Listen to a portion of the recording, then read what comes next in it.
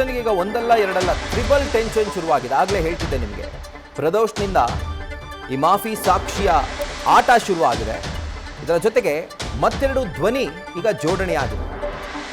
ಪ್ರದೋಷ್ ಬೆನ್ನಲ್ಲೇ ನಾವು ಕೂಡ ಅಪ್ರೂವರಾಗ್ತೀವಿ ಅಂತ ಇತರರು ಕೂಡ ಪಟ್ಟು ಹಿಡಿದಿದ್ದಾರೆ.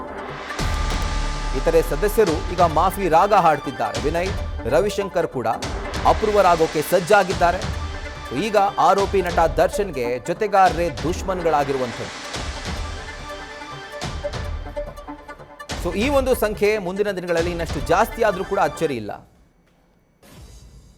ಮಾಫಿ ಸಾಕ್ಷಿ ಆಗೋಕೆ ಇನ್ನೊಂದು ಅರ್ಜಿಯನ್ನು ಸಲ್ಲಿಕೆ ಮಾಡಿದ್ರು. ಇದನ್ನು ಒಪ್ಪಿಗೆ ಸೂಚಿಸಿ ಪ್ರಾಸಿಕ್ಯೂಷನ್ ಒಂದು ಮೆಮೋವನ್ನು ನ್ಯಾಯಾಧೀಶರಿಗೆ ನಿನ್ನೆ ನೀಡಿತ್ತು. ಸೊ ಅದರ ವಿಚಾರಣೆ ಮುಂದಿನ ದಿನಗಳಲ್ಲಿ ಆಗುತ್ತೆ. ಆ್ಯಂಡ್ ಮಾಫಿ ಸಾಕ್ಷಿ ಆಗಬೇಕಾ ಬೇಡವಾ ಅದು ನ್ಯಾಯಾಲಯದ ವಿವೇಚನೆಗೆ ಬಿಟ್ಟಿದ್ದು. ಈಗ ಪ್ರದೋಷ್ ಅಪ್ರೂವರ್ ಆಗಲಿಕ್ಕೆ ಮೆಮೋವನ್ನು ಸಲ್ಲಿಕೆ ಮಾಡಿರುವಂಥದ್ದು ಪ್ರಾಸಿಕ್ಯೂಷನ್ ಕಡೆಯಿಂದ. ಸೊ ಈತನ ಮೇಲೆ ಇರುವಂಥ ಆರೋಪ ಏನು ಅಂತಂದರೆ, ಸಾಕ್ಷ್ಯನಾಶ ಮತ್ತು ಕೊಲೆ ಕೇಸ್ ಮುಚ್ಚ ಹಾಕೋಕೆ ಈತ ಯತ್ನಿಸಿದ್ದಾನೆ. ದರ್ಶನ್ನಿಂದ 30 ಲಕ್ಷ ರೂಪಾಯಿ ಹಣವನ್ನು ಪಡೆದು ಇತರರಿಗೆ ಈತ ಹಂಚಿಕೆ ಮಾಡಿದ್ದಾನೆ. ಬೇರೆ ವ್ಯಕ್ತಿಗಳನ್ನು, ಅಂದರೆ ಸಂಬಂಧ ಇಲ್ಲದಿರುವಂಥ ವ್ಯಕ್ತಿಗಳನ್ನು ಈ ಕೊಲೆ ಕೇಸ್ನಲ್ಲಿ ನಾವೇ ಮಾಡಿರೋದು ಅಂತ ಹೇಳಿ ಅವ್ರನ್ನ ಸರೆಂಡರ್ ಮಾಡಿಸುವಲ್ಲಿ ಈತ ಪ್ರಮುಖ ಸೂತ್ರಧಾರ. ರೇಣುಕಾಸ್ವಾಮಿ ಕೊಲೆ ನಡೆದಂಥ ದಿನ ಈತ ಆ ಜಾಗದಲ್ಲೇ ಇದ್ದ, ಪಟ್ಟಣಗೆರೆ ಶೆಡ್ನಲ್ಲೇ ಇದ್ದ. ಜೊತೆಗೆ ಆ ಶೆಡ್ಗೆ ಪವಿತ್ರ ಗೌಡಾಳನ್ನು ಪ್ರದೋಷೇ ಕರೆತಂದಿದ್ದು. ಕೊಲೆ ಮತ್ತು ನಂತರದ ಸಂಚಿನಲ್ಲಿ ಭಾಗಿಯಾಗಿರುವಂಥ ಆರೋಪ ಈತನ ಮೇಲಿದೆ.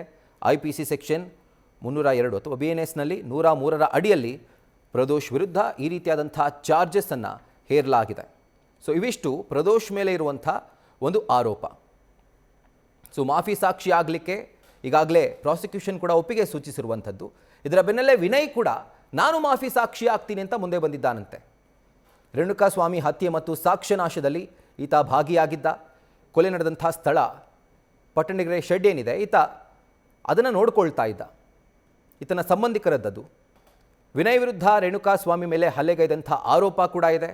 ಜೊತೆಗೆ A9 ಧನ್ರಾಜ್ ಈತನನ್ನು ದರ್ಶನ್ಗೆ ಪರಿಚಯಿಸಿದ್ದು ಕೂಡ ವಿನಯೇ. ಕೊಲೆ ಬಳಿಕ ಪ್ರಕರಣ ಮುಚ್ಚಿ ಹಾಕೋ ಪ್ರಯತ್ನದಲ್ಲಿ ವಿನಯ್ ಸಕ್ರಿಯವಾಗಿ ಭಾಗಿಯಾಗಿದ್ದ. ಅದರ ಜೊತೆಗೆ ಸಾಕ್ಷ್ಯನಾಶಕ್ಕೆ ಪೊಲೀಸರೊಬ್ಬರ ನೆರವನ್ನು ಕೂಡ ತನ್ನ ಇನ್ಫ್ಲೂಯೆನ್ಸ್ ಯೂಸ್ ಮಾಡಿ ಈತ ಪಡ್ಕೊಂಡಿದ್ದ. ಸೊ ಇವಿಷ್ಟು ವಿನಯ್ ಮೇಲೆ ಇರುವಂಥ ಒಂದು ಗಂಭೀರ ಆರೋಪ, ಅಂದರೆ ಚಾರ್ಜ್ ಶೀಟ್ನಲ್ಲಿ ಉಲ್ಲೇಖ ಮಾಡಿರುವಂಥದ್ದು. ಇನ್ನು ಮೂರನೇ ಆರೋಪಿ, ಅಂದರೆ ಮೂರನೇ ಅಪ್ರೂವರ್ ಆಗಲಿಕ್ಕೆ ಬಂದಿರುವಂಥ ವ್ಯಕ್ತಿ, ರೇಣುಕಾಸ್ವಾಮಿ ಕಿಡ್ನ್ಯಾಪ್ ಮಾಡಿದಂಥ ಕಾರಿನ ಚಾಲಕ ಆಯಿತ ರವಿಶಂಕರ್.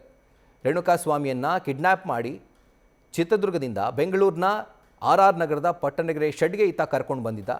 ಹತ್ಯೆ ನಂತರ ದರ್ಶನ್ ಜೊತೆಗೆ ಫೋಟೋ ಕೂಡ ತೆಗೆಸ್ಕೊಂಡಿದ್ದ. ರೇಣುಕಾಸ್ವಾಮಿ ಕೇಸ್ ಬಳಿಕ ಆ ಫೋಟೋವನ್ನು ಡಿಲೀಟ್ ಮಾಡಿದ್ದ. ಅಲ್ಲಿಗೆ ಸಾಕ್ಷ್ಯನಾಶ ಕೂಡ ಆಯಿತು, ಕಿಡ್ನ್ಯಾಪ್ ಆಯಿತು, ಕೊಲೆ ಸಂಚು, ಕೊಲೆ, ಈ ಎಲ್ಲ ಸೆಕ್ಷನ್ಗಳು ಈತನ ಮೇಲೆ ಈಗ ಬಿದ್ದಿದ್ದಾವೆ. ಸೊ ಈ ಒಂದು ಸಂಖ್ಯೆ ಮುಂದಿನ ದಿನಗಳಲ್ಲಿ ಹೆಚ್ಚಾದರೂ ಕೂಡ ಯಾವುದೇ ರೀತಿಯಾದಂಥ ಆಶ್ಚರ್ಯ ಇಲ್ಲ. ಯಾಕಂದರೆ ನ್ಯೂಸ್ ಫಸ್ಟ್ ನಿರ್ಭೀತಿಯಿಂದ ನಿಮ್ಮ ಪರವಾಗಿ.